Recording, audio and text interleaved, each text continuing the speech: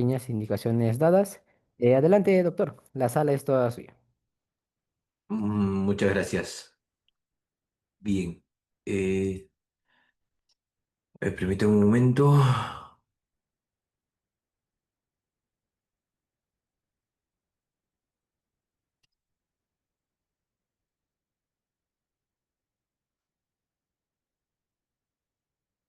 Ya, perfecto.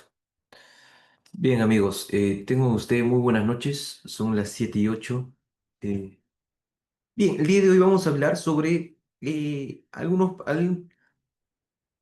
algo respecto al día de ayer, pero no lo mismo que ya abordamos. Ya sabemos qué es la detención policial, ya sabemos cómo se da la detención preliminar judicial y ya sabemos qué es la prisión preventiva, ¿cierto? Perfecto. Eso está claro. Quiero abordar con ustedes ciertos tópicos en los cuales vamos a generar, mm, o qué se dan, mejor dicho, qué incidencias se dan a lo largo, pues, en un proceso penal, en una prisión preventiva, en una detención preliminar judicial, en una detención policial, de manera que podamos llegar a participar y, obviamente, poder preguntar. Esa es la idea. Sí, perfecto. Miren, nosotros tenemos de conocimiento de que en una audiencia de prisión preventiva, claro está, nosotros tenemos que siempre estar alerta. Obviamente antes de la audiencia, antes del requerimiento de prisión preventiva. ¿Por qué? Porque finalmente, pues, cuando solicitan una audiencia de prisión preventiva en contra de una persona, ustedes tienen de conocimiento que tenemos las horas contadas, ni siquiera los días, las horas contadas, como para poder juntar todos los arraigos, ¿cierto? Y obviamente poder estar listos bajo qué presupuesto vamos a llegar a atacar. Yo les dije el día lunes, perdón, el día miércoles, si no mal miércoles o martes, si no mal recuerdo, yo les dije que cuando nosotros asumimos una audiencia de prisión preventiva, tenemos cinco presupuestos, tres ubicados en el artículo 268 y dos ubicados en la casación 626-2013 Moquegua. ¿Cierto? Perfecto. Yo les había comentado que uno como abogado debe asumir una audiencia de prisión preventiva enfocándose no en todos los presupuestos de la prisión preventiva, sino enfocándose eh, en base a lo que es la mayor fortaleza que tenemos. Por ejemplo, si llega un caso en la cual a mi cliente lo están imputando por el delito de tortura y violación sexual, oye, está de más que yo debata y pierda mi tiempo discutiendo la prognosis de la pena. ¿Cierto? ¿Por qué? Porque el delito sí supera los 5 años. Entonces, obviamente, me voy a enfocar en ciertos aspectos, los cuales yo considero que sí podría tener en consideración a lo largo de toda la audiencia en el juicio oral, ¿cierto? Porque esa es la idea. O sea, no discutimos, no discutimos los cinco presupuestos. Claro está, hay que enfocarnos en qué presupuestos podríamos llegar a tener en consideración. Pero, doctor, yo considero que en este caso en particular podría atacar los cinco presupuestos. Está bien. Entonces ataquemos los cinco presupuestos.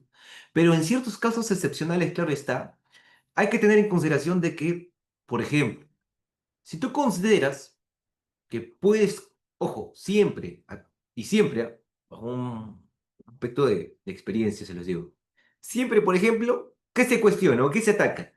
El peligro procesal, que es el tercer presupuesto de la prisión preventiva. ¿Cierto?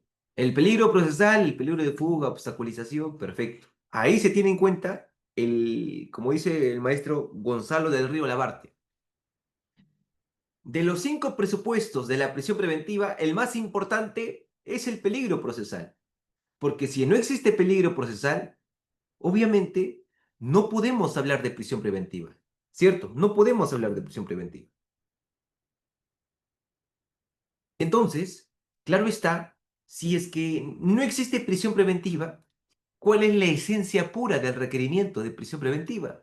Yo les dije ayer, y me recuerdo perfectamente, yo les dije que usualmente pues en la fiscalía, lo que sucede en la fiscalía, claro, todo lo ve en prisión preventiva. Es decir, si yo soy fiscal, estoy investigando a una persona para poder asegurar la presencia de esta persona, para que no obstaculice la investigación, oye, yo he evaluado su comportamiento durante la investigación. Voy a requerir prisión preventiva. Pero hay ciertos casos en los cuales los fiscales adjuntos, por ejemplo, dicen, no, este caso no está para requerir prisión preventiva. No voy a pedir prisión preventiva. Sin embargo, mi fiscal provincial, que está arriba, mi superior jerárquico me dice, Luis, en este caso pide prisión preventiva. Un ratito, lo que pasa es que acá no considero que sea necesario pedir prisión preventiva. Tú pides prisión preventiva. Yo pido prisión preventiva, claro está, por una orden del fiscal provincial, voy a la audiencia y me declaran infundado mi requerimiento de prisión preventiva. Ya ves, yo te dije que no era para requerir prisión preventiva. Sí, pero igual tú tienes que pedir prisión preventiva. O sea, dense cuenta de que pues usualmente en el Perú no estamos utilizando debidamente o adecuadamente esta medida cautelar llamada prisión preventiva. Porque claro, la idea principal de la prisión preventiva es que se caracteriza por ser una regla excepcional, ¿cierto? Se caracteriza por ser una regla excepcional. De manera que nosotros, a la hora de hablar de la prisión preventiva, esta se caracteriza por distintos parámetros. Yo les dije que la prisión preventiva es una medida excepcional. Oye, tú si eres fiscal, estás investigando a una persona por el delito de estafa. ¿Cómo le vas a requerir prisión preventiva? Estás investigando de una persona de avanzada edad por el supuesto delito de usurpación. ¿Cómo le vas a requerir prisión preventiva? No, ¿por qué? Porque la prisión preventiva es una medida excepcional. Es decir, oye, no le requieras prisión preventiva, puedes optar por comparecencia con restricciones. Es decir, que venga al juzgado a firmar cada 20 días, ¿cierto? Que deje una caución económica. Por ejemplo, yo tengo un cliente en la cual él es efectivo policial, ¿ah? Él es efectivo policial, dense cuenta. Él es policía. Él está siendo investigado por un delito de tenencia, claro, tenencia ilegal de armas. ¿Sí? Mira, este cliente que nosotros tenemos en el estudio, actualmente ya no está con una medida cautelar, pero a él le pidieron prisión preventiva. A él le requirieron prisión preventiva. Miren, ¿ah? Este policía. Y como le pidieron prisión preventiva, nosotros asumimos la audiencia de prisión preventiva, fuimos al juez y le dijimos, oye, no necesariamente tenemos que privarle de su libertad a esta persona como para que siga todo el proceso. Es decir, esta persona va a seguir siendo investigada, sí, pero en libertad. A cambio de eso, el juzgado nos dio la razón. Sin embargo, claro está, el juzgado dijo, perfecto, le voy a colocar a tu cliente comparecencia con restricciones. Tiene, ojo, un impedimento de salida del país y aparte de eso, tiene que colocarme una garantía de 10.000 nuevos soles. O sea, dense cuenta de que el juez, a cambio de poder no colocar prisión preventiva, el juzgado ordenó qué cosa? Impedimento de salida del país, comparecencia con restricciones y una caución económica de 10.000 nuevos soles. Claro, oye, un ratito. Esa medida cautelar que el juez está colocando en contra de mi cliente es por un tiempo indefinido. No. Esa comparecencia con restricciones tiene un tiempo límite. Por ejemplo, puede ser por el plazo de 9 meses, puede ser por el plazo de 12 meses. Entonces, oye, si se culmina los 9 meses, las cuales el juez dio para que esta persona esté con comparecencia con restricciones, se acaban, oye, no necesariamente tiene que acabarse todo el proceso penal como para que me devuelvan mis 10.000 nuevos soles. ¿Sí se dan cuenta? O sea, si se acaba la medida cautelar, se acaba todas las condiciones, entre comillas, que ha exigido el juez durante esa audiencia de requerimiento de prisión preventiva. ¿Se dan cuenta? O sea, oye, en la audiencia de prisión preventiva, ¿quién pidió el requerimiento de prisión preventiva? El fiscal. ¿Se la dieron? No, infundado su pedido, ¿cierto? Pero tengan en cuenta de que, muy al margen de ello, uno como abogado, en plena audiencia de prisión preventiva, el juez te pregunta, señor abogado, y hemos escuchado al fiscal, el fiscal quiere 9 meses de prisión preventiva en contra de su cliente. ¿Qué es lo que quiere usted? Bueno, mi petitorio, señor magistrado, es que se declare infundado el requerimiento de prisión preventiva por el plazo de 9 meses que hace alusión o que menciona pues el representante del Ministerio Público. ¿Y qué es lo que quiere entonces? A cambio de ello, señor magistrado, solicitamos a vuestra judicatura que pueda llegar a darle comparecencia con restricciones. ¿Pero por qué plazo, señor abogado? ¿Qué plazo? Ah, bueno, por el plazo de 6 meses. Ah, perfecto. Ya escuché, ya sé qué quiere el fiscal y ya sé qué quiere el abogado. Ahora sí podemos dar inicio entonces a la audiencia de prisión preventiva. ¿Quiere escucharlo, señor fiscal? ¿Quiere escucharlo, señor abogado? Porque esa es la idea. Y yo les dije perfectamente que en una audiencia siempre va a hablar primero. Sí, ¿quién es el que habla primero en una audiencia? Ya, perfecto. Sabemos que el juez controla la audiencia, ¿cierto?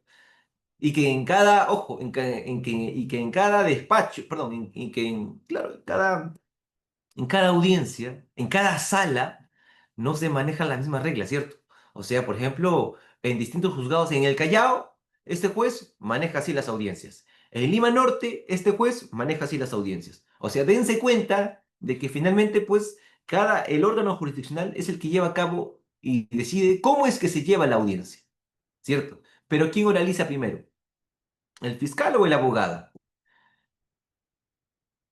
Claro, oraliza primero el que pide, el que requiere algo. Por ejemplo, en una audiencia de prisión preventiva, ¿quién ha pedido la prisión preventiva? El fiscal. El fiscal habla primero. Oye, en una audiencia de tutela de derechos, ¿quién habla primero? ¿Quién presentó la tutela de derechos? El abogado. El abogado habla primero. Oye, en una audiencia de control de acusación, ¿quién presentó la acusación? El fiscal, ¿no? Sí, el fiscal habla primero. Oye, en una audiencia de control de plazo, ¿quién presentó el control de plazo? El abogado. El abogado, entonces, ¿qué hable primero? O sea, dense cuenta, en una audiencia de prisión preventiva, ¿quién requirió, quién pidió la prisión preventiva? El fiscal.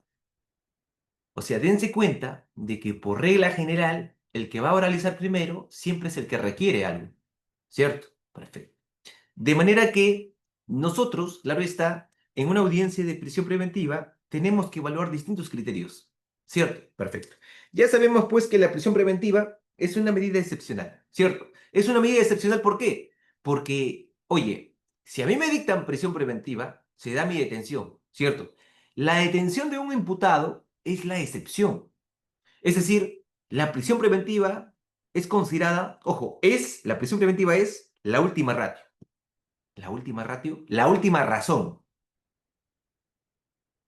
Antes, los jueces, perdón, antes, cuando no había jueces, cuando no había un órgano jurisdiccional para poder llevar justicia, ¿cómo llevábamos justicia al pueblo?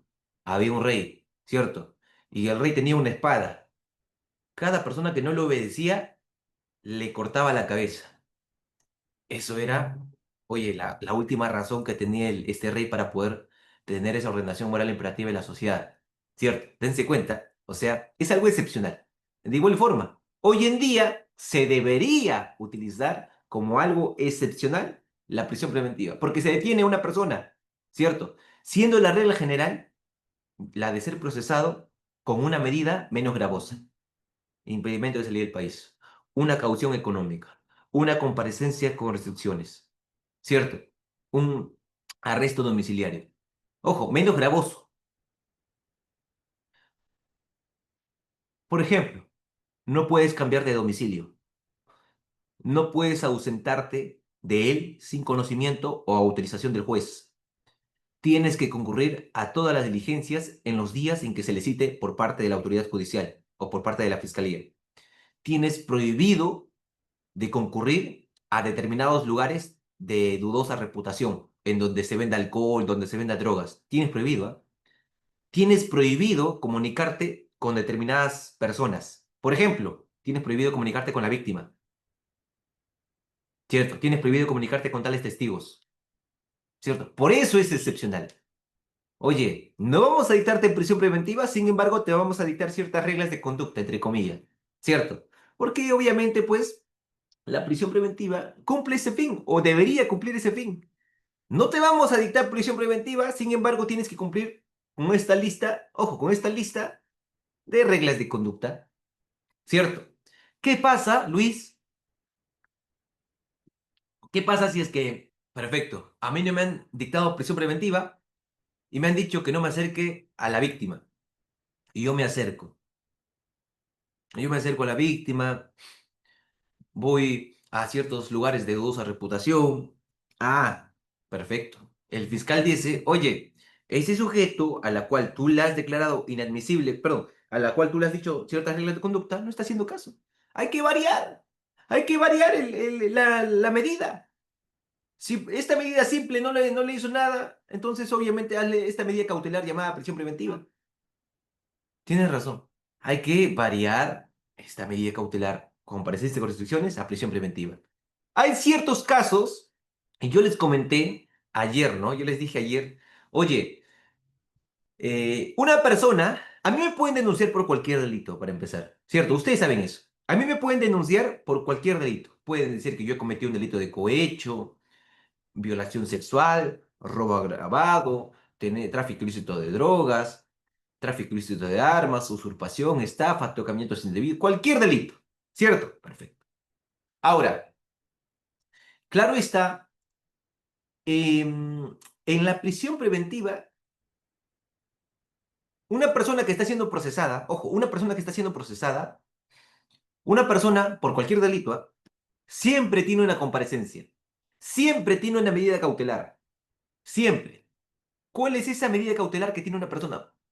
La comparecencia simple. Pero doctor, a mí no me han dictado nada. ¿Ves por qué tienes comparecencia? Es porque tienes comparecencia simple. ¿Tengo comparecencia simple? Sí. Pero no me ha llegado ningún documento donde dice que yo tengo comparecencia. Es que una persona siendo investigada ya nace con la comparecencia simple. No tienes reglas de conducta, no tienes comparecencia con restricciones, pero tienes una comparecencia y es simple. De manera que en una audiencia el juez le pregunta al fiscal o al abogado, señor abogado, ¿su cliente con qué tipo de comparecencia se encuentra?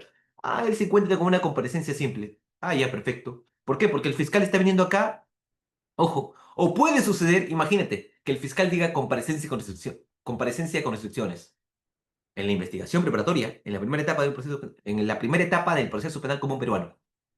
Y en la etapa intermedia, el juez dice, perdón, el fiscal dice, a este sujeto le he pedido comparecencia con restricciones, ¿no? Sí. Ya acabó la investigación preparatoria, ¿no? Sí. Ya voy a acusarlo, voy a llevarlo a la etapa intermedia, y en la etapa intermedia, aparte de darle comparecencia con restricciones, ya, voy a sacar un documento llamado requerimiento de variación para prisión preventiva. Es decir, oye, en un primer momento, ¿tú estabas con comparecencia simple? Sí. Luego pasaste a comparecencia con restricciones? Sí. Ahora yo estoy pidiendo prisión preventiva? Sí. O sea, dense cuenta de que el fiscal, pues, en cualquier momento de un proceso penal, el fiscal puede requerir prisión preventiva. En la investigación, en la etapa intermedia o incluso en juicio oral, el fiscal puede venir y decir, oye, requiero prisión preventiva. ¿Por qué? Si ya vamos a acabar ya juicio, ya vamos a acabar todo el proceso penal, ¿por qué requiere prisión preventiva? Porque es muy probable, por ejemplo, de que Martín Vizcarra, yo obtenga un buen resultado y Martín Vizcarra se vaya a fugar. Por eso es que en juicio yo requiero prisión preventiva en contra de Martín Vizcarra para que se quede tranquilito ahí, en el penal, ¿cierto? Entonces, si es que yo como fiscal, a lo largo del juicio oral, demuestro de que es responsable penalmente, entonces, oye, ahí lo tenemos, ¿cierto? Pero si yo soy fiscal, tú no me das prisión preventiva en contra de este sujeto, yo obtengo una sentencia condenatoria, acá está la sentencia, ya demostré que es culpable. ¿Dónde está el sujeto? ¿Dónde está Martín Vizcarra? ¿Ya no está? Ya se fugó del país. Oye, un ratito, yo te dije en su momento, yo te requerí prisión preventiva en su momento. Mira, ahí tenemos la sentencia. Sabemos que Martín Vizcarra cometió el delito. Sin embargo, tú has declarado infundado el pedido por parte de Fiscalía, ¿cierto? Entonces yo requiero prisión preventiva por eso, justamente, para poder asegurar o materializar mi pedido en su momento, claro está, ¿cierto? De manera que, de manera que nosotros podamos eh, ver, pues, que la prisión preventiva es un mecanismo, es una herramienta procesal. Eso es como si yo les dijera, creo que me han escuchado ustedes, es como si yo les dijera, oye, yo soy fiscal. Yo siendo fiscal, en mi oficina, en mi mesa de trabajo, yo tengo distintas herramientas. Mira, esta herramienta se llama comparecencia con restricciones. Esta herramienta se llama impedimento de salida del país. Esta herramienta se llama arresto domiciliario. Esta herramienta se llama prisión preventiva. Es decir, en mi oficina yo tengo distintas herramientas, ¿cierto? Yo tengo distintas herramientas. Voy a utilizar la más fuerte, llamada prisión preventiva. Oye, un ratito, pero no puedes utilizar la prisión preventiva. ¿Por qué? Porque esa es la última ratio, la última razón. Es decir, puedes utilizar cualquier herramienta menos la prisión preventiva. ¿Por qué? Porque si tú exiges que Si tú requieres prisión preventiva es porque existe una sospecha fuerte. ¿Cierto? Perfecto. Oye, así como el fiscal tiene herramientas a lo largo de todo el proceso penal, ¿el abogado también tiene herramientas o no? Claro, el abogado también tiene su mesa de trabajo y dice, a ver, ¿qué herramientas tengo? Tengo, ojo, tengo, por ejemplo, ¿le han dictado prisión preventiva a mi cliente? Sí, una acción de revisión. Tengo el cese de prisión preventiva. Tengo, por ejemplo, ojo, a lo largo de todo el proceso penal, los medios técnicos de defensa, la cuestión previa, la cuestión prejudicial, las excepciones. O sea, dense cuenta de que finalmente tanto la fiscalía como la defensa pues tienen herramientas, ¿cierto? Solo que hay que saber utilizarlas y cuándo utilizarlas, ¿cierto? Entonces, claro está, en una herramienta procesal llamada prisión preventiva, obviamente es una herramienta que hay que saberlo utilizar, porque obviamente esta es una herramienta excepcional. Pero, así como es una herramienta excepcional, también es una herramienta provisional. Es decir, si a mí me dictan prisión preventiva, no es definitiva, ¿cierto? Se dicta prisión preventiva por un plazo determinado. Por ejemplo, oye, tú sabes que el fiscal, depende, ¿no? El fiscal está investigando a una persona por un delito de, qué sé yo, estafa agravada.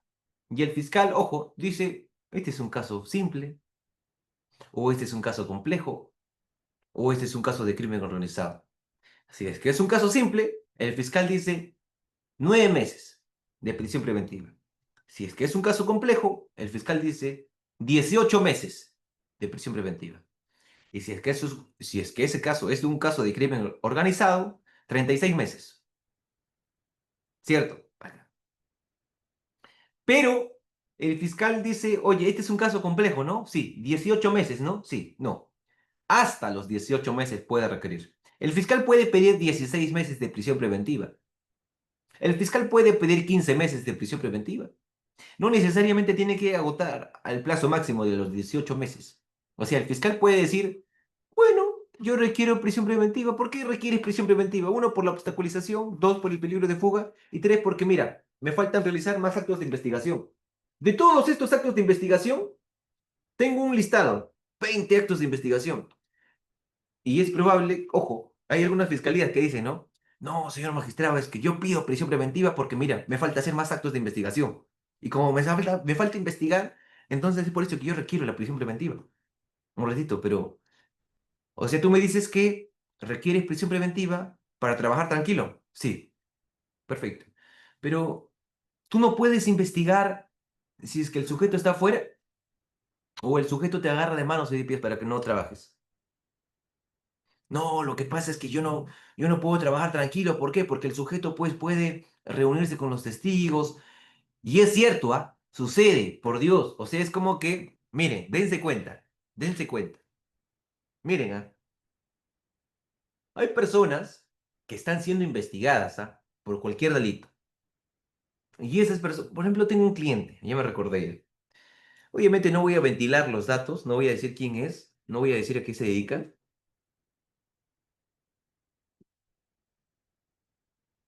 pero nuestro cliente, miren, ¿ah? Ese caso llegó en la formalización, ¿ya? Llegó en la formalización, cuando ya estaba formalizado el caso ya.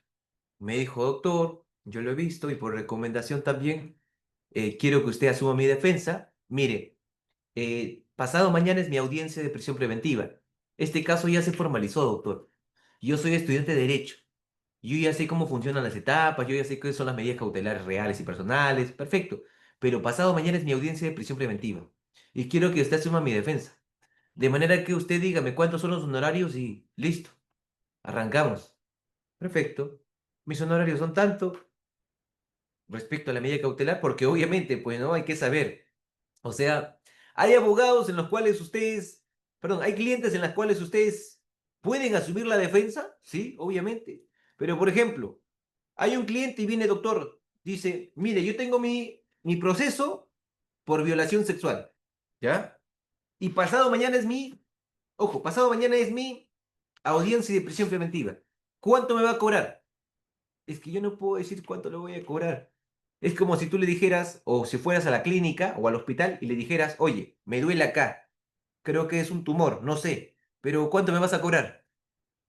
¿Cierto? No se puede evaluar ello, no se puede evaluar el aspecto económico, el aspecto pecuniario. ¿Por qué? Porque finalmente hay que realizar una consulta, ¿cierto? Es como que, oye, si yo fuese el doctor en el hospital o en la clínica, tendría que realizar diagnósticos, tendría que pasar, por ejemplo, qué sé yo, unos rayos X, evaluar unos exámenes, ¿cierto?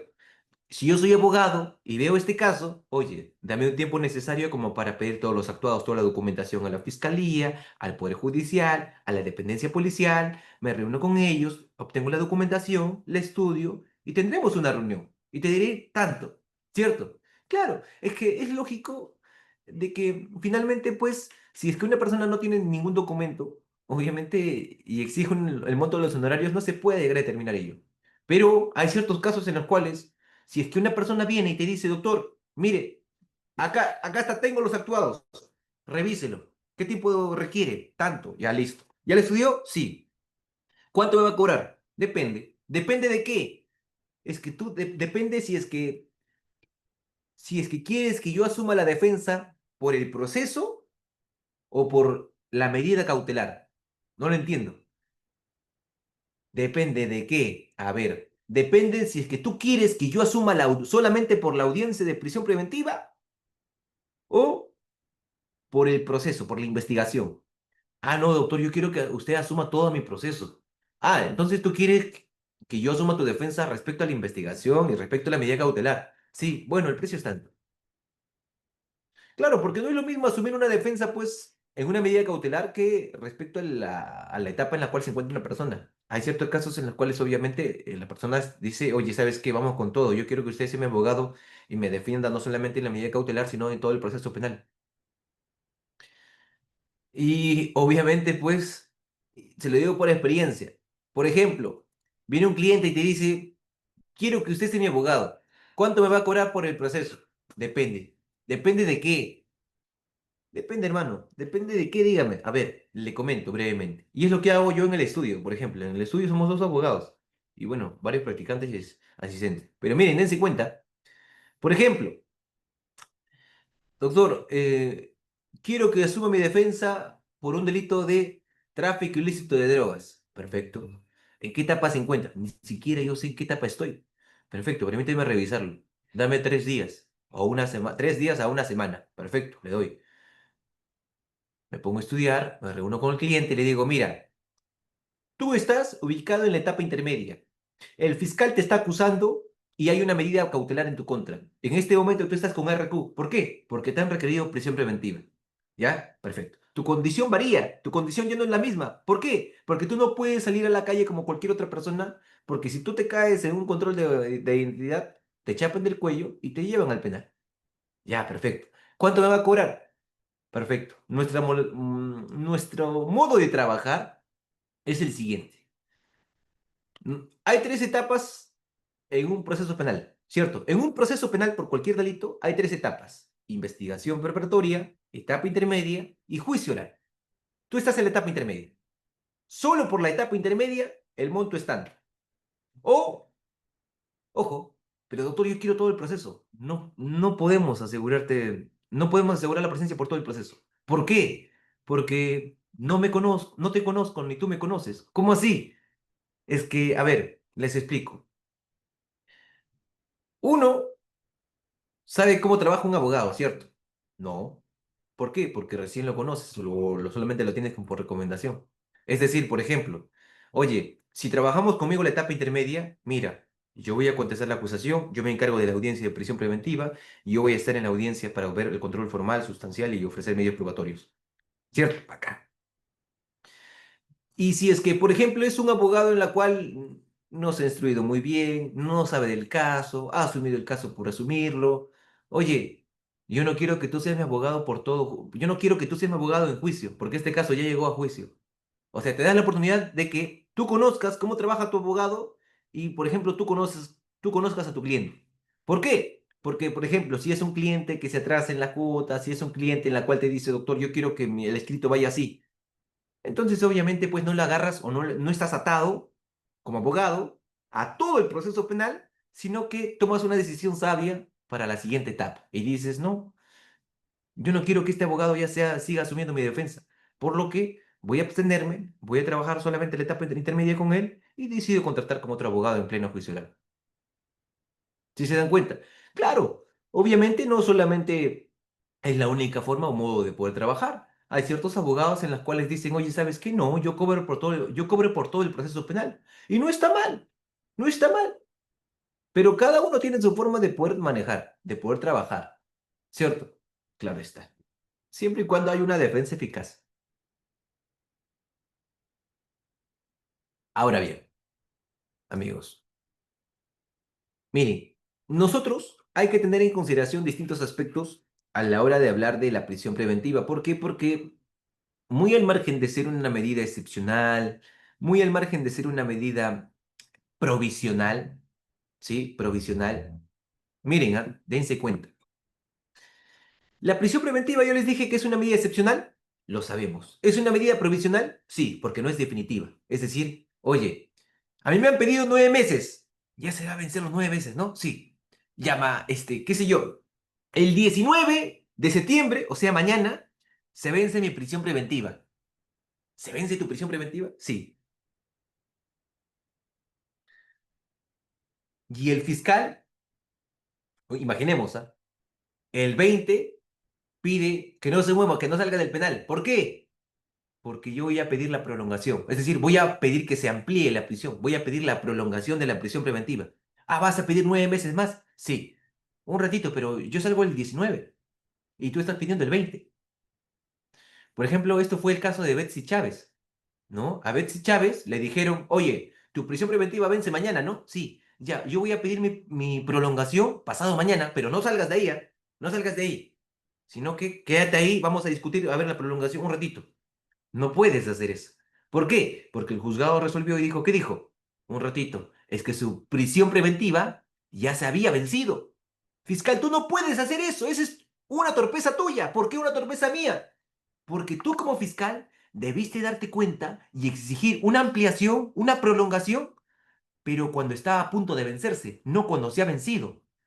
Entonces tú vienes a mí como fiscal y me exiges que yo prolongue la prisión preventiva. Sí, ¿qué voy a prolongar si ya no hay prisión preventiva? Por el amor de Dios, o sea, date cuenta. Tú puedes ampliar, sí, tú puedes prolongar, sí, pero antes de que se venza la prisión preventiva. Y eso es lo que sucede en la práctica. Y muchos abogados permiten eso. O sea, dense cuenta de que si mañana vence la prisión preventiva, el fiscal no puede venir pues mañana a pedir prolongación de la prisión preventiva. Dense cuenta de que mañana sale. No es que mañana vamos a discutir la prolongación. Es por eso que muchos fiscales, 3 días antes, una semana antes, ya están enviando su requerimiento de prolongación de la prisión preventiva. ¿Por qué? Porque no voy a permitir que se escape. Pues, ¿de qué me ha servido los 9 meses ahí que esté tranquilito? 9 meses más y ya acabamos el proceso. Mejor es que se quede ahí todavía. Dense cuenta. Dense cuenta, porque eso sucede en la práctica, claro está. Permítame.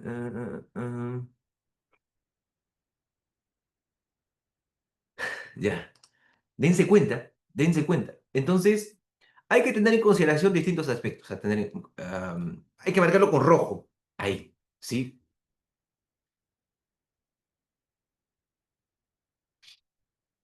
Miren, cuando nosotros hablamos de la prisión preventiva, hay que tener en consideración distintos aspectos como, perfecto, yo sé que es excepcional. Yo sé que es provisional, ¿cierto? Pero yo sé que es también variable. ¿Cómo variable? A ver, te explico. Te explico brevemente.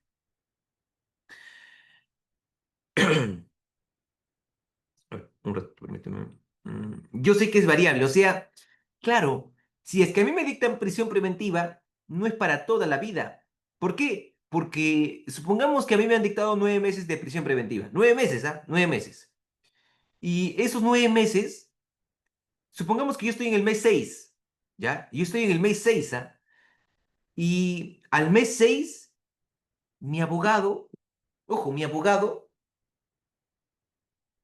presenta, por ejemplo, un cese de prisión preventiva. ¿Por qué? Porque los presupuestos no se han mantenido en el tiempo, ¿cierto? Acá. Entonces, ¿es una medida variable la prisión preventiva? ¿Puede variar? Sí. como toda medida cautelar. ¿Por qué? Porque está sujeta a cambios. Es decir, puede cesar si nuevos elementos de convicción demuestran que no concurren los motivos que terminaron en su imposición. Y resulta necesario sustituirla por una menos gravosa, una medida más leve, comparecencia con restricciones, por ejemplo. Entonces, esto se conoce como la cesación de la prisión preventiva. Si nuevos elementos de convicción ponen en cuestión los primeros, entonces es evidente que la medida ya no resulta razonable para poder mantenerla en el tiempo y debe ser sustituida. ¿Cierto? Para tal caso, obviamente, pues el juez, ¿qué tiene que hacer? El juez debe convocar a una audiencia. A ver, señor abogado, ¿usted ha pedido que ya no haya prisión preventiva? Sí. A ver, explíqueme. ¿Por qué deberíamos cambiar la prisión preventiva por una comparecencia con restricciones? No, señor magistrado, lo que pasa es que, mire, en el segundo presupuesto, ¿sí? Usted está viendo, ¿ah? Segundo presupuesto. Ejemplo, homicidio simple, ¿no? Sí.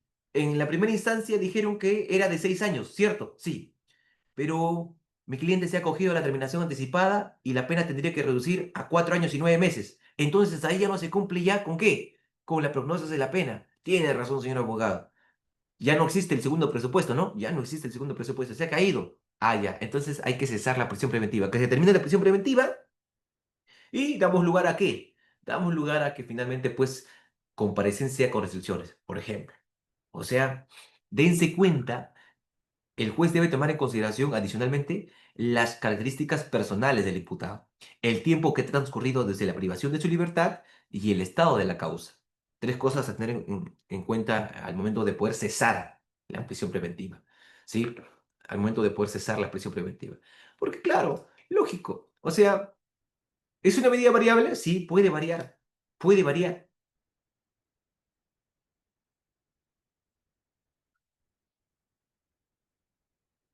Puede variar la prisión preventiva. No significa que siempre va a haber prisión preventiva. ¿Sí?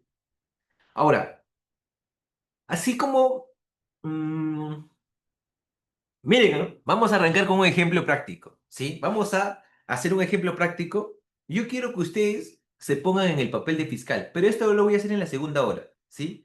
Vamos a hacer un ejemplo, les voy a dar un caso real, les voy a dar un caso real y ustedes me van a decir, doctor, analicemos ahí los 5 presupuestos, los graves y fundados elementos de convicción, la prognosis de la pena, el peligro procesal, la proporcionalidad de la medida y la duración de esta. En la segunda hora, a partir de las 8 de la noche, a partir de las 8 de la noche, yo quiero que ustedes agarren su código y se vayan al artículo 268 del Código Procesal Penal. ¿Sí? Pero a partir de las 8. Sí, a partir de las 8 vamos a arrancar con el caso real que tenemos para que ustedes puedan llegar a aprender los 5 presupuestos. Mientras tanto, claro está, eh, tal vez surge, ¿no? Una pregunta en la cual se diga, oye, doctor, una pregunta, yo estoy siendo investigado, por ejemplo, por el delito de tenencia ilegal de armas. Mira, tenencia ilegal de armas. Doctor, yo nunca fui a declarar. A mí me llamaron a declarar, pero no fue. Después de eso, ya, me recordé. Yo les dije que tenía un caso, ¿no?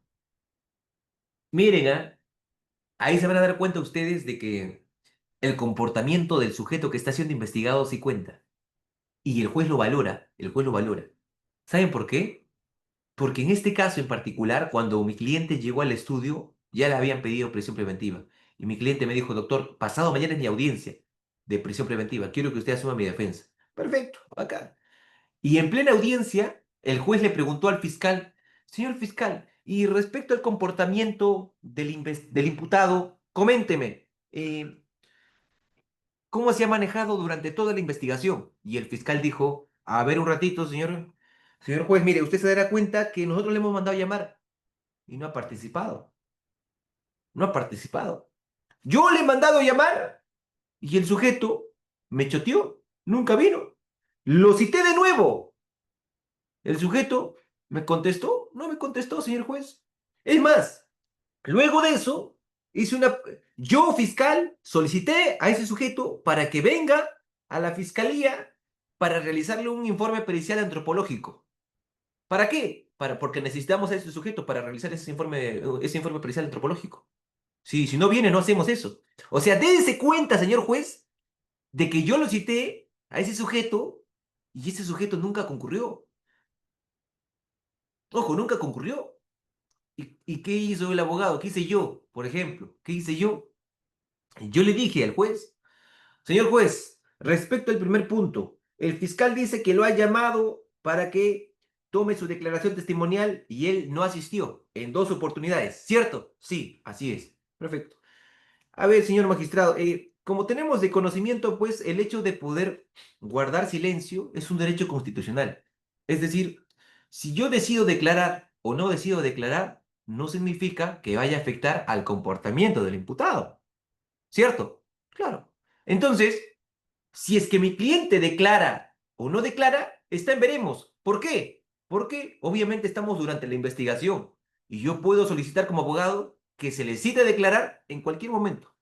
Y muy al margen de que yo haga eso o no, ese es un medio técnico de defensa. De manera que, obviamente, eso no se puede llegar a evaluar. Segundo, dice el fiscal que lo ha mandado a llamar a mi cliente para realizarle un informe pericial antropológico. ¿Cierto? Sí, así es, le hemos mandado y no ha venido. Perfecto. Señor magistrado, si usted revisa folios número 254 del requerimiento de la prolongación, perdón, de la prisión preventiva, usted se dará cuenta de que en su momento mi cliente, él solicitó que se le notifique correctamente. Él es un efectivo policial que está ejerciendo en la PNP, sin lugar a dudas, obviamente, pero ¿acaso le contestaron la acusación, el escrito que había ingresado en su momento? No. Él participó en todos los actos de investigación menos en ello. ¿Por qué? Porque hubo una mala notificación de por medio. O sea, dense cuenta de qué es pues lo que la fiscalía viene a traer a colación. No solamente es contar una verdad una verdad parcial, sino una con la que realmente pues la tenga en consideración usted de manera real. Miren, la fiscalía, es más, la fiscalía a la fecha, si usted se da cuenta, no ha ofrecido todos los medios de prueba, porque obviamente, ojo, y esto sucede, esto es un punto importante a tener en consideración también. La fiscalía obviamente jamás en la vida, para una audiencia de prisión preventiva, va a ofrecer todos los medios de prueba que tiene la carpeta fiscal. La fiscalía dice, a ver, mañana tengo audiencia de prisión preventiva, ¿no? Sí, ¿qué le voy a ofrecer al juez? A ver, tengo el examen de la cámara Gesell, eso lo voy a llevar. Tengo el informe pericial, eso también tengo que llevarlo. Tengo la declaración del testigo. No, no me conviene, no lo voy a llevar, no lo voy a llevar. Se lo voy a omitir al juez. ¿Por qué? Porque obviamente en una audiencia de prisión preventiva, la fiscalía puede ofrecer medios probatorios, perdón, elementos de convicción de cargo y de descargo, pero que favorezcan a su teoría del caso. O sea, dense cuenta, y yo le comentaba ayer, yo no estoy de acuerdo con que eh, el ex juez supremo, yo lo dije ayer, ustedes habrán escuchado y lo habrán conocido, bueno, lo conocen, ¿no? Mejor dicho, al ex juez supremo César San Martín Castro. Él dice, pues, que el juez su trabajo del juez es llegar a la verdad absoluta. No existe una verdad en el proceso penal. Ni el abogado, ni el fiscal, ni el juez, nadie llega a la verdad. Dense cuenta, ¿por qué? Imagínense, si es que yo como fiscal quisiera llegar a la verdad, oye, tendría que ofrecerle todo lo que he investigado al juez.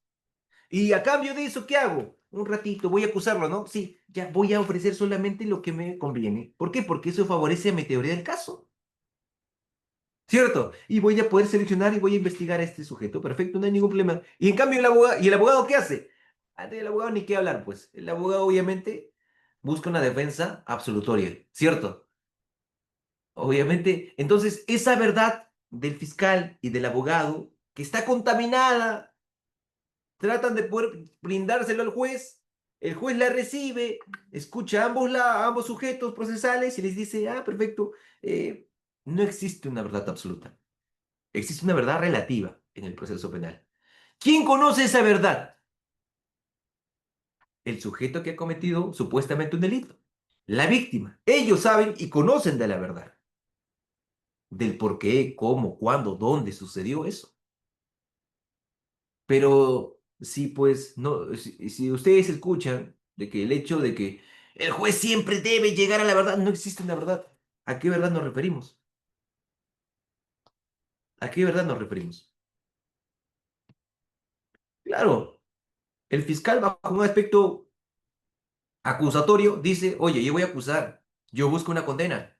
Y yo como abogado, ¿qué digo? No, mientras tú buscas la condena, yo tengo otra tesis, que es absolver a mi cliente, ¿cierto? Pero obviamente son líneas de defensa que finalmente, pues, el juez lo toma en consideración y los escucha, pero teniendo en consideración de que en teoría, ¿no? En teoría, ¿cuál es el fin? Generar convicción en el juez, ¿cierto? Generar convicción en el juez más allá de toda duda razonable, dice. Dense cuenta de que tenemos no solamente, pues, un gran problema durante el proceso penal, sino también en la prisión preventiva. Ayer yo les decía un gran problema que creo yo haber identificado.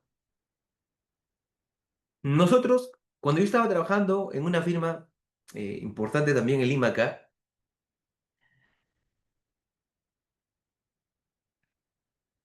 miren, nosotros asumimos la defensa, éramos tres abogados en ese entonces.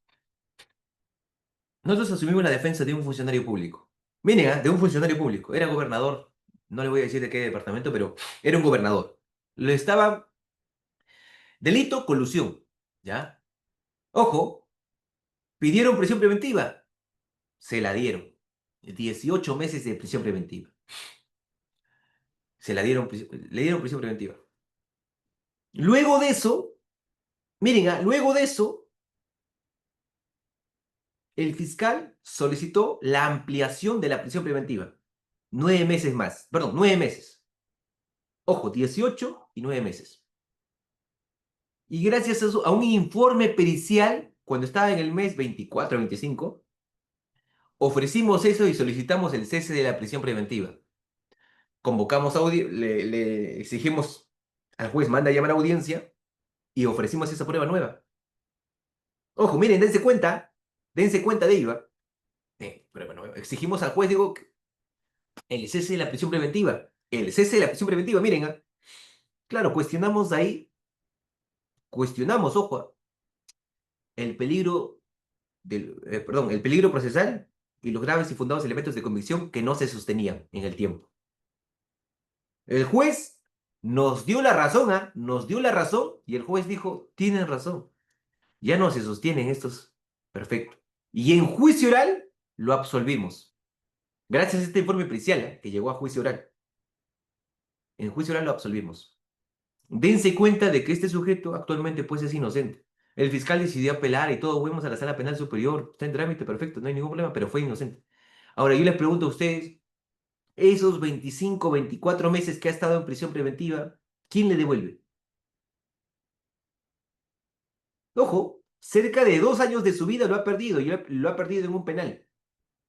Yo les hago la pregunta, ¿quién le devuelve esos 9 meses de prisión preventiva a este gobernador? Bueno, ex gobernador, ahora. Perdió su trabajo en ese entonces. Nadie. No, pero el Estado tiene que resarcirse daño. Oye, un ratito. O sea, si tú me dices que yo soy inocente, ¿no? Sí. Me has dictado prisión preventiva, ¿no? Sí. 2 años de mi vida en prisión, ¿no? Sí. ¿Y tú me dices que soy inocente ahora? Sí. Pero he estado en prisión 2 años. Devuélveme los 2 años. ¿Cómo vas a devolver? Mm, Sal nomás, no puedo hacer nada. ¿Cómo he estado? ¿Por qué? Porque no puede haber una indemnización. No, no puede haber una indemnización. Si no, pues, como digo siempre, ¿no? El Estado estaría en este momento endeudado. El Estado estaría endeudado en este momento. Y así como este caso, sucede en muchos casos. Sucede en muchos casos. ¿Mm? Y obviamente son aspectos problemáticos que tenemos dentro de esta medida cautelar. Ojo, dentro de esta medida cautelar. Y claro está, hay que, entre comillas, tratar de poder solucionarla, ¿no? Pero obviamente es algo que se ha mal usado esta herramienta de la prisión preventiva en el tiempo. Porque yo les dije, o sea, yo les dije que la prisión preventiva es una medida excepcional, sí, pero discúlpenme ya, discúlpenme, en el buen sentido de la palabra. Yo le digo siempre, la prisión preventiva es una figura prostituida. Está bien prostituida la prisión preventiva, porque todos los fiscales requieren prisión preventiva en casi todos los casos. Ojo, todo lo ven prisión preventiva. Claro, yo entiendo como fiscal que tú quieras asegurar, pues, si es que se llega a juicio oral una sentencia, perfecto, tú la quieres materializar, pero no necesariamente hay que asegurar la presencia de un sujeto en un proceso penal con una medida cautelar llamada prisión preventiva, sino también otras medidas cautelares, ¿cierto? Entonces, a tener en cuenta ello. Ahora sí, a las 8 de la noche, miren, denme unos minutos y comenzamos con el caso práctico, ¿sí? Comenzamos con el caso real que les dije para poder analizar los 5 presupuestos de la prisión preventiva, ¿sí? Los graves y fundados elementos de convicción, la prognosis de la pena, el peligro procesal, que es el núcleo de la prisión preventiva. O sea, no existe razón de ser si es que no existe peligro procesal. ¿Cierto? Si es que no existe peligro procesal, no hay prisión preventiva. Ahí están los famosos arraigos, ahí encontramos el peligro de obstaculización, ahí encontramos el peligro de fuga. O sea, el tercer presupuesto, el tercer requisito es el más importante. Es razón de ser de la prisión preventiva. Es por eso que los jueces dicen, a lo que venimos, ahora sí, al plato fuerte, señor abogado, señor fiscal, el peligro procesal, razón de ser de esta audiencia. Así dicen los jueces. ¿Cierto? ¿Por qué? Porque obviamente es el presupuesto más importante que se discute en una audiencia de prisión preventiva. ¿Cierto? Y luego obviamente tenemos la proporcionalidad de la medida y finalmente pues se discute qué cosa en una audiencia de prisión preventiva, la duración de esta. ¿Cierto? Miren, vamos a analizarlo con un caso real, ¿sí? Pero denme unos minutos, vamos por un café y regresamos.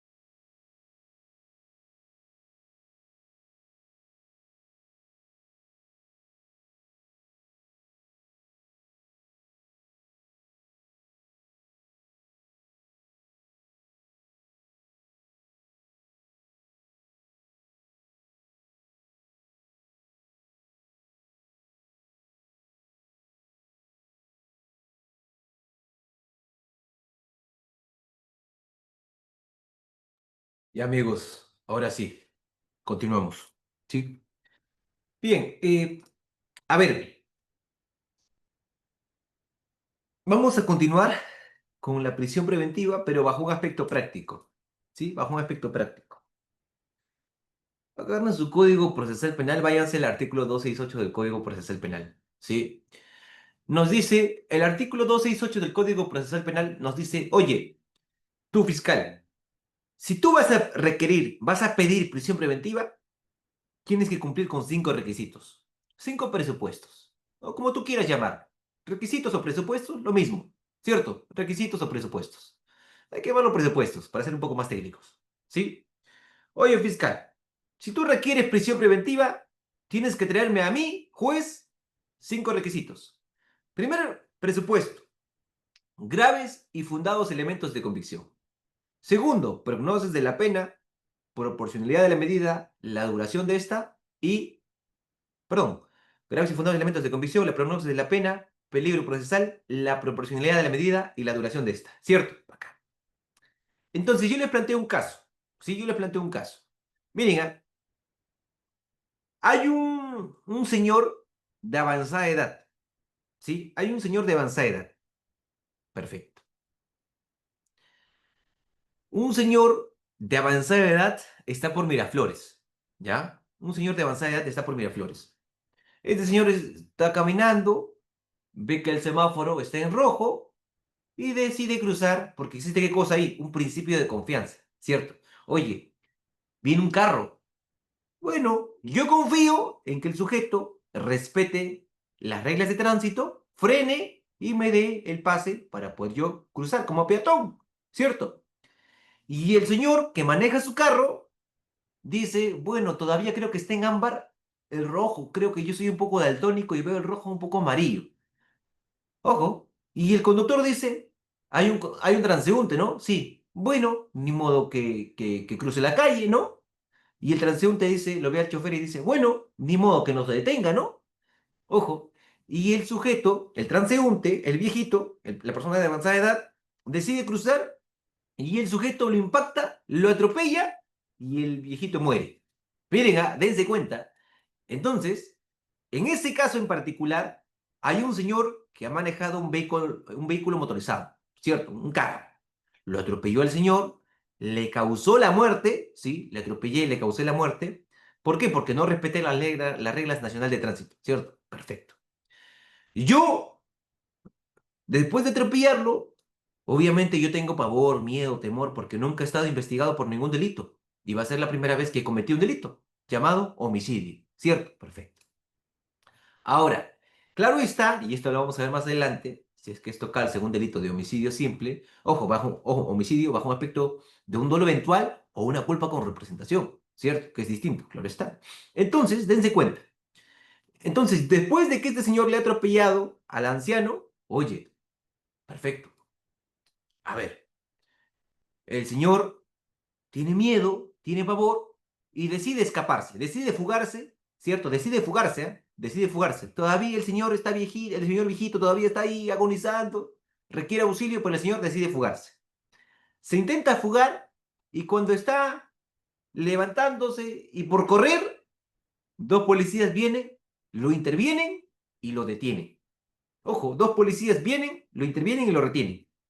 Y estos policías que lo intervienen a este sujeto se percatan de que este era el conductor, sí, pero que estaba aparentemente en estado de ebriedad. Es decir, estaba borracho al momento de poder manejar un vehículo motorizado. Obviamente, pues ahí la policía no le va a decir, a ver, el test de Hodon, a ver, línea recta, camina así. No, no, no, no, no. Obviamente el sujeto está adolorido, ¿cierto? Pero la policía dice, quedas detenido. ¿Cierto? Perfecto. Y la policía llama al fiscal, que está acá, al fiscal de turno, y le dice, señor fiscal, estamos poniendo a vuestra disposición a este sujeto que presuntamente cometió un delito. ¿Cierto? Perfecto.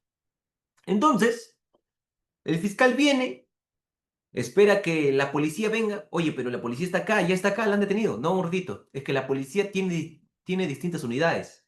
¿Cierto? Oye, hay que evaluar cómo ha fallecido el sujeto, ¿no? Sí.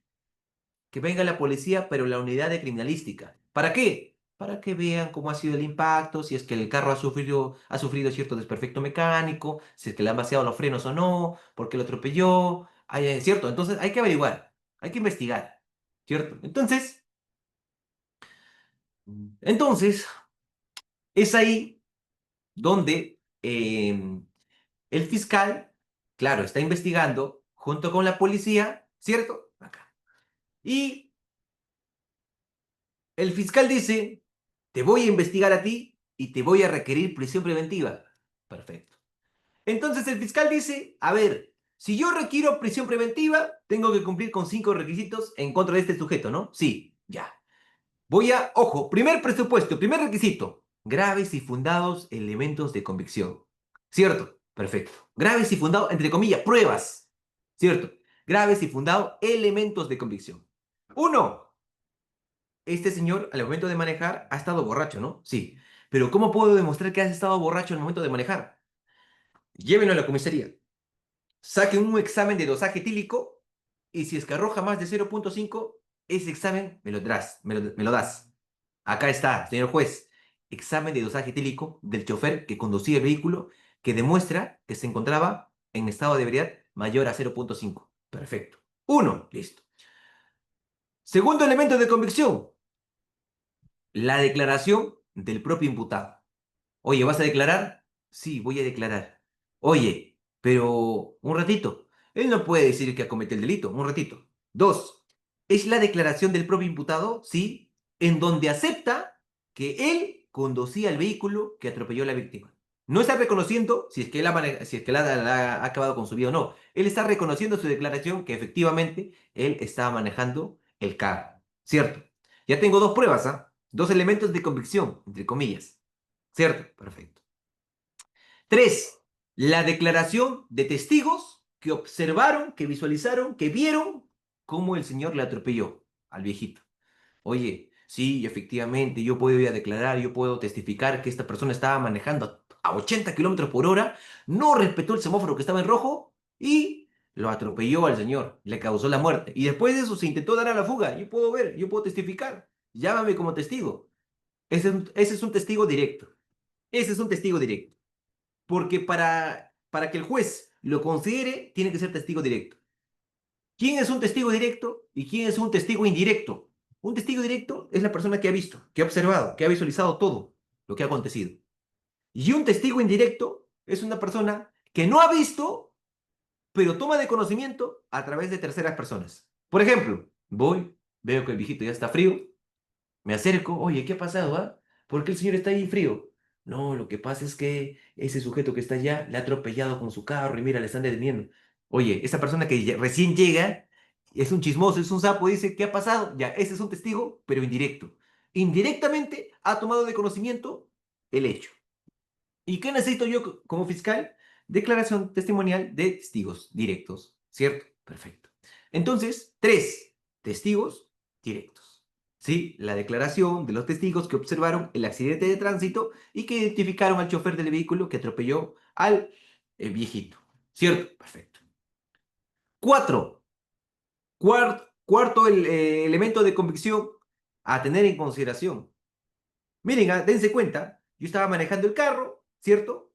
Atropellé a un señor de avanzada edad porque me pasé el semáforo en rojo y el fiscal vino junto con la policía, me detienen y dice el fiscal, yo te voy a requerir prisión preventiva a ti porque le has causado la muerte a este señor. Has estado manejando tu carro y le has atropellado. Primera prueba, el dosaje etílico, ¿cierto? Examen de dosaje etílico. Dos, declaración del propio imputado, donde reconoce que él ha estado manejando el carro. Tres, la declaración de testigos, ¿cierto? Cuatro, el parte policial, ¿cierto? De tránsito, donde se da cuenta, pues, de la forma, de las circunstancias que ocurrieron los hechos. Esto se le conoce como el informe policial, ¿cierto? Y dentro del informe policial, por ejemplo, oye, el acta. Otro elemento de convicción, el acta de intervención, ¿cierto? Oye, tú, te vamos a intervenir, porque la has atropellado. Acta de intervención policial. Oye, tú, te vamos a detener, acta de detención policial. Varias pruebas, ¿ah? Varias pruebas. Oye, tú, muévete contra la pared, te vamos a revisar qué cosa tienes. Acta de registro personal. La policía dice ITP, el el informe técnico policial, ¿cierto? O sea, el acta de incautación del vehículo. Ese vehículo hay que incautarlo, hay que llevarlo a la comisaría. Entonces, acta de incautación del vehículo. Oye, ¿cómo sabemos que ya está frío el señor? Ah, el certificado de defunción de la víctima de atropello. Ese documento demuestra que ya falleció, ¿cierto? O sea, ustedes dense cuenta, el fiscal junto con la policía recaban ¿qué cosa? Elementos de convicción, ¿cierto? Recaban elementos de convicción y dicen, a ver un ratito, ¿estamos investigando? Sí. ¿Estamos juntando elementos de convicción? Sí. Ya. Y el fiscal dice, eso me sirve a mí para poder yo requerir prisión preventiva. Entonces, ojo, y pueden ser varios, un informe pericial, pruebas documentales, testimoniales, ¿cierto? Pero el fiscal, ¿qué dice? Ya tengo el primer requisito para solicitar prisión preventiva. Los fundados y graves elementos de convicción. Entonces, en este ejemplo, ustedes se van a dar cuenta de que, ¿qué cosa? De que los policías que detuvieron pueden ser testigos indirectos, doctor. No, los policías en este caso en particular, miren, claro, bajo una ordenación moral imperativa, un policía puede declarar, sí, efectivamente, hasta incluso en juicio oral. Lo pueden llegar a decir, ¿usted fue el que intervino? Sí, venga para acá. ¿Esta es su firma? Sí, es mi firma. ¿Usted ha intervenido en este sujeto que está siendo acá acusado? Sí, ese es el sujeto. Coménteme, ¿cómo ocurrieron los hechos? No, lo que pasa es que yo estaba con mi compañero, cuidando la zona y es ahí donde veo que un sujeto que estaba manejando su carro se pasa el semáforo rojo y lo atropella. Un ratito. ¿Ese es un testigo? No. ¿Por qué? Porque él viene a ratificar, ¿qué cosa? Su contenido, el acta de intervención policial. ¿Él elaboró el acta de intervención policial? Sí. ¿Cómo sabes? Porque acá está su firma. El suboficial Luis Paredes Tejada. Ah, ya, tienes razón. Ojo, pero dense cuenta de que el interrogatorio, claro, está bajo esa ordenación moral imperativa, permite qué cosa, obtener información por parte de este sujeto y obviamente pues bajo las mismas reglas del Código Procesal Penal. Porque no es lo mismo interrogar con el código del año 2004 que interrogar con el código del año 41. ¿Cierto? Es distinto, ¿ah? Es distinto, claro está. Pero finalmente pues tienen la misma finalidad, ¿cierto? Bacán, bacán. Entonces, primer requisito, el juez le va a decir, señor fiscal, más que claro, usted tiene graves y fundados elementos de convicción. Excelente. Primer requisito, check. Cumple con los graves y fundados elementos de convicción. A ver, señor fiscal, venga para acá. Eh, a ver, el fiscal como es un fiscal que dice, oye, bueno, yo sé que tú no lo has querido matar, sin embargo has manejado y por tu imprudencia pues les ha causado la muerte. He verificado, tú es tu primera vez que has cometido un delito, nunca has estado inmerso en ninguna investigación.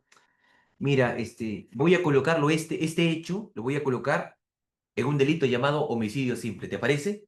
Mira, porque puedo colocarla en otro tipo penal. Pero por ser buena gente, a ti te voy a pedir prisión preventiva bajo el delito de homicidio simple. Voy a requerir 8 añitos nomás, 8 añitos de pena, ¿ya? ¿Te parece? Porque según el artículo 106 del Código Penal dice que el que mata a otro será reprimido con una pena privativa de libertad no menor de 6 ni mayor de 20 años. Ah, ya, listo. Entonces voy a pedir 8 añitos nomás, un ratito. Perfecto. El juez dice, agarra y dice, ya, segundo requisito para la prisión preventiva, prognosis de la pena. ¿Prognosis de la pena? Sí, que el delito supere los 5 años. Ese es el segundo requisito, que el delito supere los 5 años. A ver, agarramos el código, ya, perfecto, lo está acusando por 8. Sí, sí se cumple. ¿Algo que decir, abogado? No, ya, ya, sí se cumple la prognosis de la pena. ¿Ya? Sí se cumple la prognosis de la pena. ¿Cierto? Acá. Tercer requisito, tercer presupuesto. Señor fiscal, lo escucho.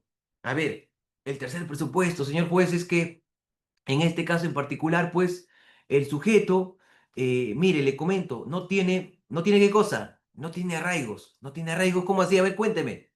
Sí, lo que pasa es que este sujeto, pues, el que maneja el carro, no era chofer, era cobrador. Y por días, ojo, ni siquiera está en la planilla de la empresa. Pero no necesariamente tiene que estar en la planilla de la empresa. Señor magistrado, usted se dará cuenta que este sujeto trabaja cuando quiere. ¿Por qué? Porque trabaja solamente los fines de semana. Pero me ha presentado su declaración jurada. Señor juez, a ver, revisa su declaración. Lo revisa. ¿Por quién está firmado? Por su mamá. ¿Solamente su firma de él? No, sí. Pero ni siquiera está certificada por un notario? No. ¿Cuenta eso? Dense cuenta, dense cuenta. Perfecto, arraigo domiciliario. A ver, señor juez, mire, le hemos investigado, le hemos notificado en la avenida, este, Los Gatitos, 123, distrito del Lince. Ay, ay, ay, perfecto. A ver, traiga para acá. Y luego, en su DNI, aparece, qué sé yo, la avenida Arequipa 149. Luego, él dice que lo notifiquen en otro domicilio, que es Propime 148, distrito de Lurín. Usted se dará cuenta, señor magistrado, pues que no existe un arraigo laboral de por medio. Dese cuenta de que el sujeto, claro, ni siquiera el sujeto tiene una propiedad porque dice que tiene recién lo alquilado. Recién lo alquilado. No tiene ni siquiera un contrato de arrendamiento. Tiene razón. A ver, discutamos. Ahora sí, arraigo familiar. Bueno, el señor lamentablemente pues ya no cuenta con padres, no tiene una dependencia en la cual obviamente puede llegar a recaer porque finalmente no tiene hijos, tiene una pareja, sí, efectivamente, conviven, sí, pero eso no demuestra pues de que si es que este sujeto está recluido en un centro penitenciario, obviamente no va a depender de él, ¿cierto? Entonces, no, por ende, señor magistrado, no cumple con arraigo laboral, no cumple con arraigo domiciliario, no cumple con arraigo familiar. Perfecto. A ver, el peligro de obstaculización, ¿cómo ha sido su comportamiento, de este sujeto? A ver, señor magistrado, ese sujeto se ha reunido con los testigos. Les ha querido ofrecer cierto aspecto económico a cambio de que rindan su declaración a favor de él. ¿Sí? Eso hay que advertir, señor magistrado. Segundo, se le ha notificado para que pueda participar en los demás actos de investigación. En ningún acto de investigación ha participado. O sea, señor magistrado, usted se dará cuenta de cómo se viene comportando pues el sujeto que está siendo investigado. Ah, perfecto, ya acá, ya. Ojo, tercer requisito cumplido. ¿Cierto? El fiscal dice, perfecto. Este caso, obviamente, lo tengo que cumplir, ¿cierto? Entonces el fiscal dice, perfecto. Tercer requisito, el peligro procesal, check. Acá, listo. Primero, graves y fundados elementos de convicción, el fiscal lo tiene. Prognosis de la pena, el fiscal lo tiene. Tercero, el peligro procesal, el fiscal lo tiene. Perfecto. A ver, señor fiscal, vamos al cuarto presupuesto. La proporcionalidad de la medida. Lo escucho, señor fiscal. ¿Por qué usted considera de que tiene que haber prisión preventiva? ¿Por qué usted no me pide comparecencia con restricciones, una caución económica, un impedimento de salida del país? Señor magistrado, le voy a explicar por qué requiero prisión preventiva en este momento. ¿Sí? Y le empieza a fundamentar del por qué, obviamente, este sujeto es un peligro para el proceso. Este sujeto trata de poder falsificar documentos, adulterar documentos, eliminar testigos. Este sujeto es un peligro para el proceso y si es que obviamente yo consigo una sentencia en el futuro, este sujeto ya va a chupar va a chapar su mochila, va a cruzar frontera y se va a ir del país. Por ende, yo solicito prisión preventiva. Es proporcional el hecho de que haya prisión preventiva en este caso en particular. Bien. Quinto presupuesto, la duración. A ver, señor magistrado, yo vengo acá a solicitarle 9 meses de prisión preventiva porque este es un caso simple. Sí, efectivamente, señor fiscal, este es un caso simple, pero ¿por qué 9 meses? ¿Por qué no 8 meses? ¿Por qué no 6 meses? Usted se dará cuenta que la investigación es progresiva y que nos faltan hacer más actos de investigación. ¿Cuántos actos de investigación le falta hacer? A ver, permíteme revisarlo. Voy a revisar. 25 actos de investigación con la participación incluso del sujeto que está siendo investigado, señor magistrado. Perfecto. ¿Qué más? Aparte de ello, señor magistrado, hemos solicitado un informe pericial de- en la ciudad de Chiclayo. ¿Y por qué va a demorar eso? Porque nosotros estamos en Chota y en Chota no hay este informe pericial, no hay peritos. Entonces le hemos mandado a Chiclayo y en Chiclayo nos han dicho que ya nos han programado y es el único perito que existe ahí, entonces va a demorar. Ah, ya, perfecto. Ya, muy bien. Permítame, voy a suspender la audiencia por el plazo de media hora, una hora. Retornamos y el juez dice declarado, ojo, declara como fundado el requerimiento de prisión preventiva por parte de la fiscalía. Listo, chao. O sea, dense cuenta de que finalmente, pues, en este caso en particular, la fiscalía ha solicitado prisión preventiva, sí, por un plazo de 9 meses, sí, pero bajo cierta objetividad. O sea, al momento que el fiscal emite un requerimiento o una disposición, tiene que hacerlo de manera objetiva. Y en este caso, en este requerimiento, obviamente lo ha hecho. Ha sido objetivo en cada presupuesto.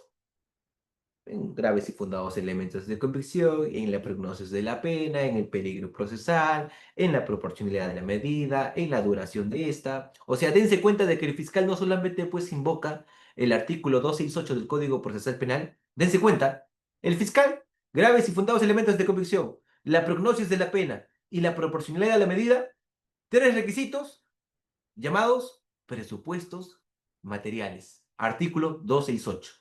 Y los dos artículos, perdón, los dos requisitos finales, los dos presupuestos finales, proporcionalidad a la medida y la duración de esta, en la casación 626-2013 Moquegua. ¿Cierto?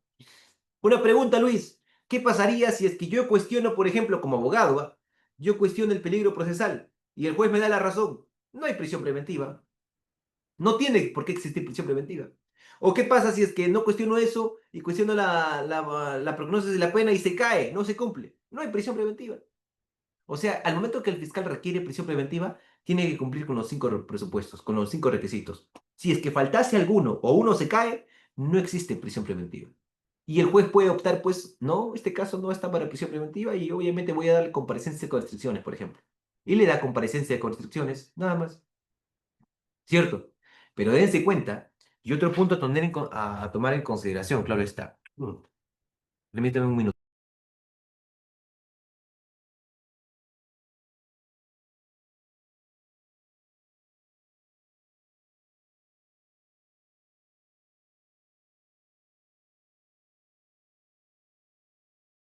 Ya, ahora sí. Acá.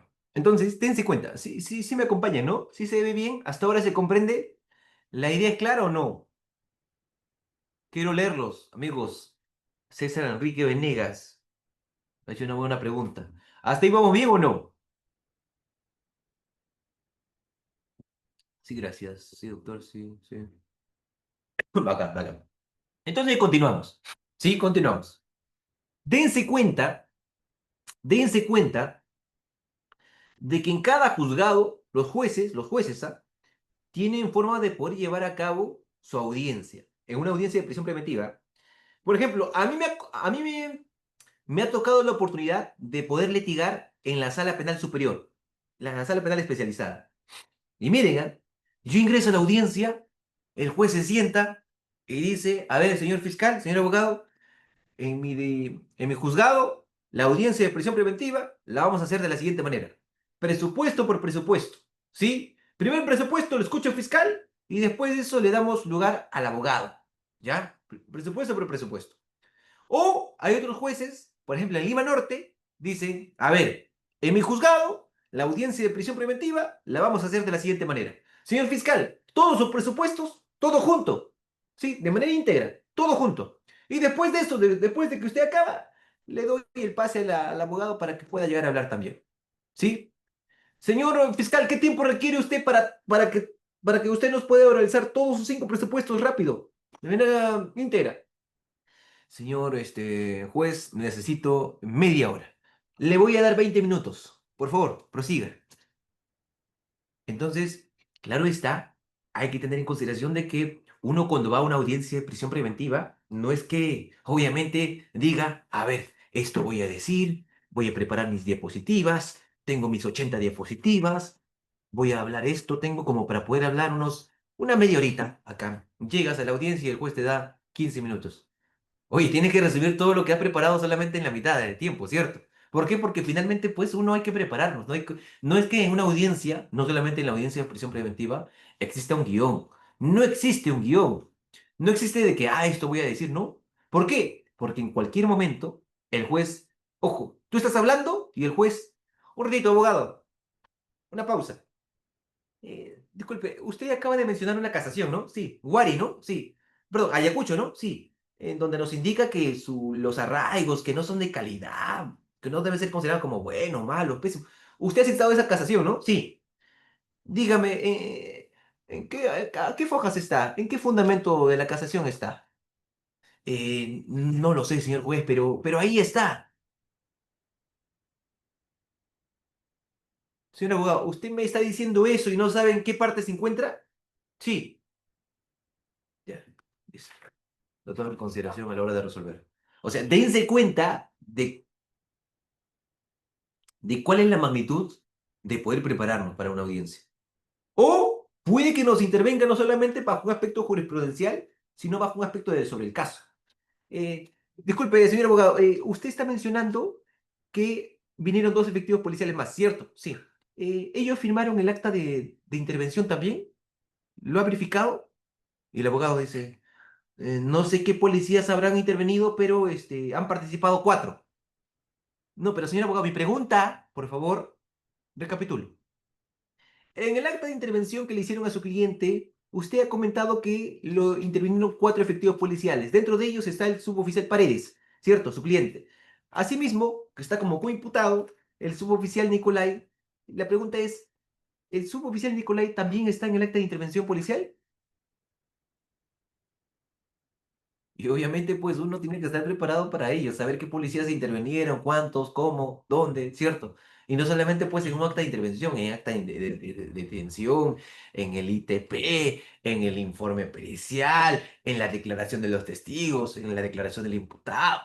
No podemos atacar aspectos, si bien es cierto, eso se va a discutir en un juicio oral, pero hay que discutir, por ejemplo, incluso un aspecto muy importante a tener en consideración, ¿sí?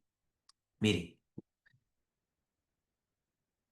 miren, a ver, cómo les comento esto? Yo quiero leerlos. A ver, ¿qué opinan ustedes? ¿Ah? Yo sé que hay abogados también acá. Miren, amigos, yo les pregunto esto a ustedes. Miren, yo sé que en una audiencia de prisión preventiva se discuten los cinco presupuestos, los cinco requisitos, ¿cierto? Yo les pregunto a ustedes, ¿en una audiencia de prisión preventiva se puede discutir la tipicidad, sí o no? Yo les hago esa pregunta. En una audiencia de prisión preventiva, ¿yo puedo discutir la tipicidad, sí o no? Yo quiero leerlos. Equivóquense acá. Sí, no. Yo quiero que participen, que formen parte de. El doctor Anthony nos dice no. Acá. Perfecto. Luis Guillermo nos dice que sí. Ya. La pregunta es clara. La pregunta es clara. ¿Se puede discutir la tipicidad en una audiencia de prisión preventiva? ¿Sí o no? No, pero doctor, según el artículo 344 del Código Procesal Penal, nos dice la figura de sobreseimiento. Ahí está el hecho, la tipicidad, la antijuricidad, la culpabilidad. Eso se ve en la etapa intermedia, ¿cierto? Yo les invito a leer la casación. Miren, y ustedes se darán cuenta de que en el Perú no tenemos una casación uniforme, ¿sí? Miren, la tipicidad es un elemento que se puede discutir en una audiencia de prisión preventiva. Lean la casación 435-2024 ICA. Ahí, ¿cuál fue el objeto?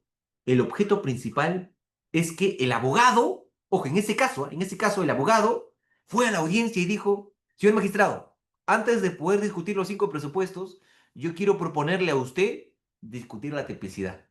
A ver, me parece interesante. A ver, venga para acá, señor abogado, lo escucho. O sea, se arma una incidencia.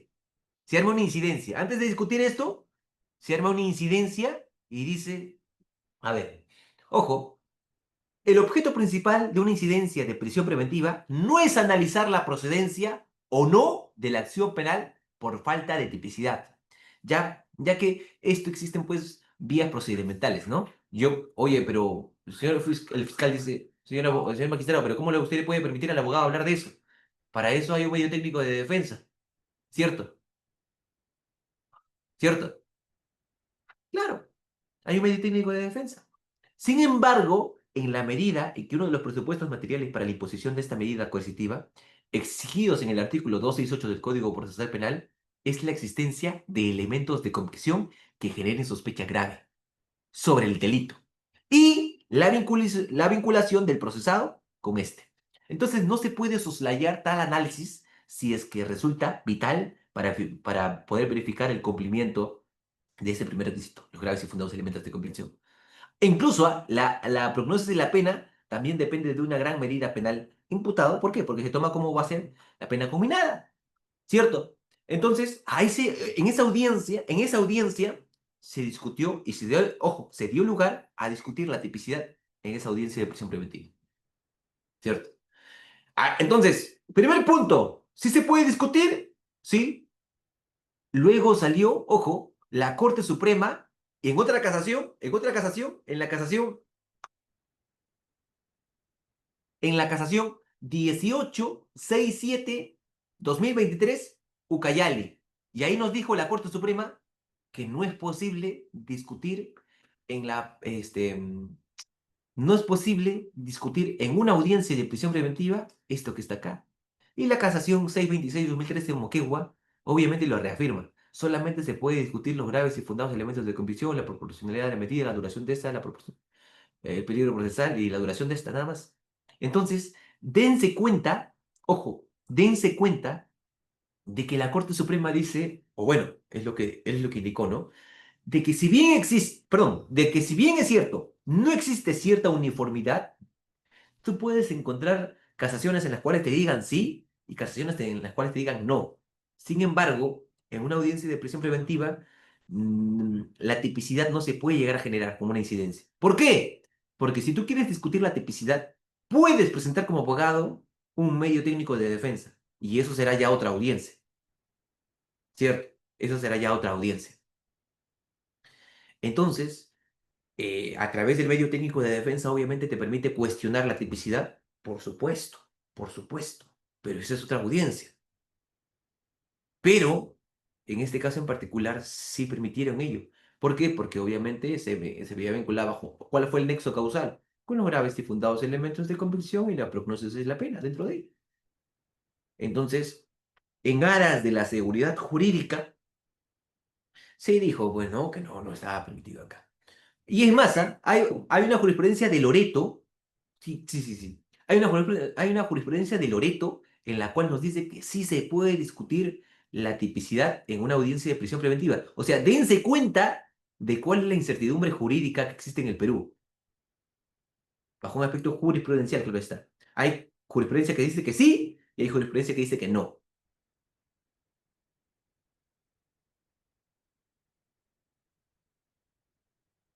Acá. Entonces, hasta ahí vamos bien, ¿no, amigos? Amigos, ¿hasta ahí vamos bien o no? Yo los leo, ¿ah? Yo no sé si están acá conmigo o no. Sí, ¿no? Acá, acá. Esa es la idea, de que todos podamos llegar a participar. Miren, entonces, continuamos, amigos. Miren, y si el fiscal requiere prisión preventiva a una persona, ojo, el fiscal, claro, requiere, ojo, y suele suceder, ¿no? O sea, usualmente, pues, sí, doctor, lo que pasa es que estoy en mi centro laboral, gracias a Dios. Un fuerte abrazo, Enrique Monja. Claro, hay personas que obviamente están observando estas clases, algunos están yendo a casa, otros están en su casa aprendiendo, otros están trabajando, y eso es lo bonito, de poder aprender día tras día. Yo sé que pues cuesta un jueves en la noche aprender, pero créanme, créanme, ustedes pongan su empeño, esfuerzo, pongan dedicación, sean perseverantes, y la vida tarde o temprano nos tiene que recompensar y de la mejor manera. Obviamente, hay personas que siguen estudiando, ojo, a esta hora. Y hay otras personas que están en una discoteca invirtiendo su tiempo. Pero ustedes vean cómo la manera, ojo, ustedes vean cómo invierten su tiempo. Si es de manera productiva o desperdician su tiempo, claro está. Ya, continuamos. Entonces, eh, la prisión preventiva, amigos, claro, miren, dense cuenta. dense cuenta de desde cuándo se puede privar de la libertad a una persona. Ayer estábamos hablando de la detención policial, de la detención preliminar judicial, de la prisión preventiva. Miren, supongamos que el 1 de enero, ojo, el 1 de enero, a mí la policía me detiene, ¿ya? La detención policial dura 48 horas. Está a punto de acabarse las 48 horas y el fiscal dice, detención preliminar judicial, 3 días más. Perfecto. Me quedo en el calabozo 3 días más. Está a punto de acabarse los 3 días, ya me quiero ir a la casa y el fiscal dice, prisión preventiva. Me dicta 18 meses. Perfecto, me voy a prisión, estoy en prisión, me quedo los 18 meses en prisión. Está a punto de culminarse la prisión preventiva y el fiscal me saca un documento llamado prolongación de la prisión preventiva. Y el fiscal me dice 18 meses más. Perfecto, me quedo 18 meses más.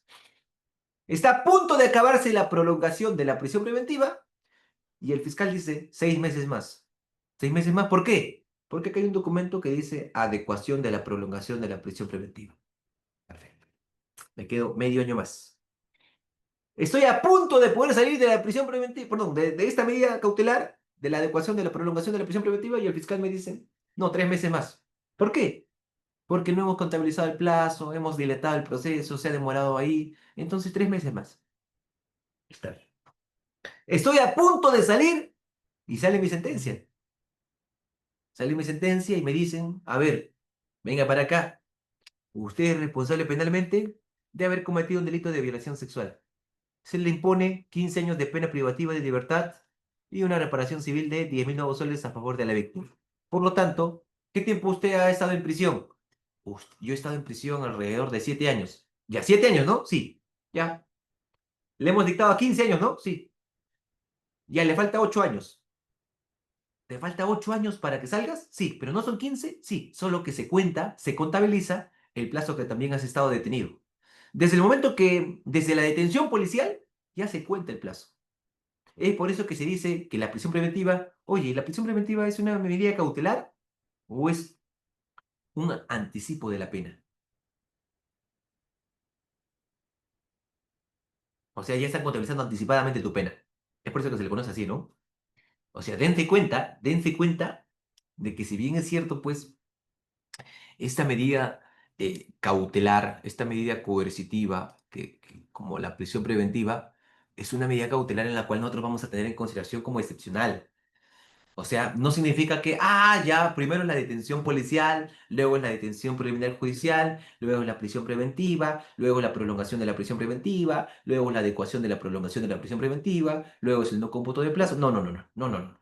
Puede que en un caso no exista detención policial.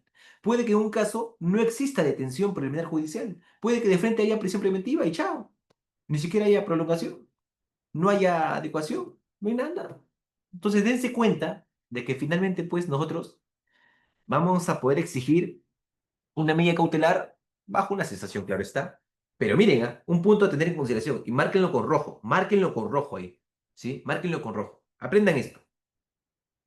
Oye, ¿qué es la detención policial? Es una institución jurídica, ¿cierto? Miren, escucha, ¿qué es la detención policial? Es una institución jurídica. Oye, ¿qué es la detención preliminar judicial? Es otra institución jurídica. ¿La detención preliminar judicial es otra institución jurídica? Sí. Oye, ¿qué es la prisión preventiva? Es otra institución jurídica. ¿Es otra institución jurídica la prisión preventiva? Sí. Oye, ¿qué es la prolongación de la prisión preventiva? No, ya no es otra institución jurídica. ¿Por qué? Porque la prolongación de la prisión preventiva forma parte de la prisión preventiva, solo que se está ampliando.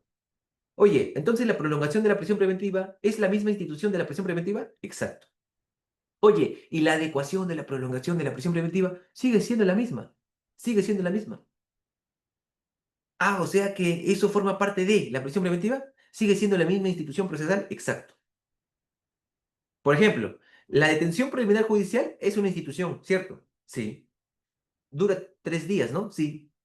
Oye, y si es que se amplía a 10 días, porque, qué sé yo, por ejemplo, es un caso de traición a la patria, ¿es otra institución? No, se ha ampliado solamente, pero sigue siendo la misma institución procesal.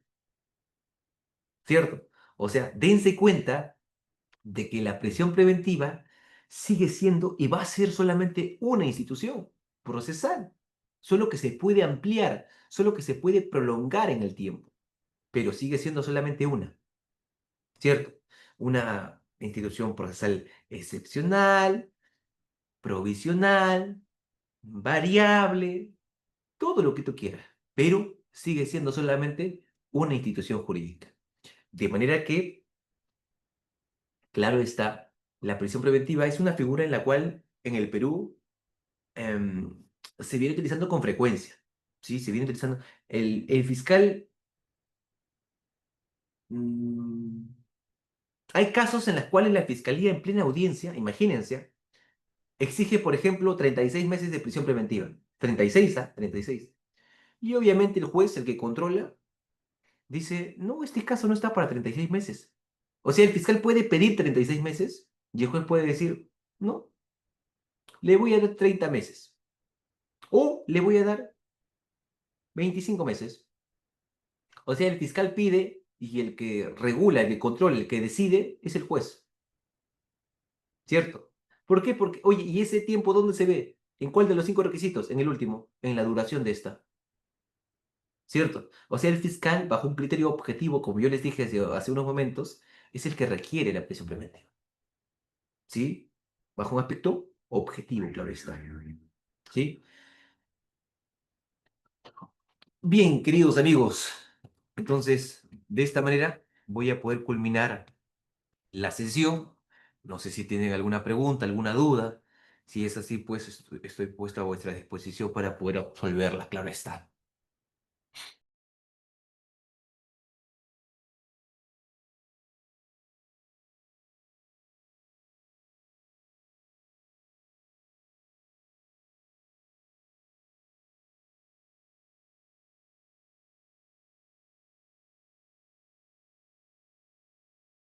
Bueno, doctor, al parecer no tenemos ninguna pregunta por parte de nuestros participantes.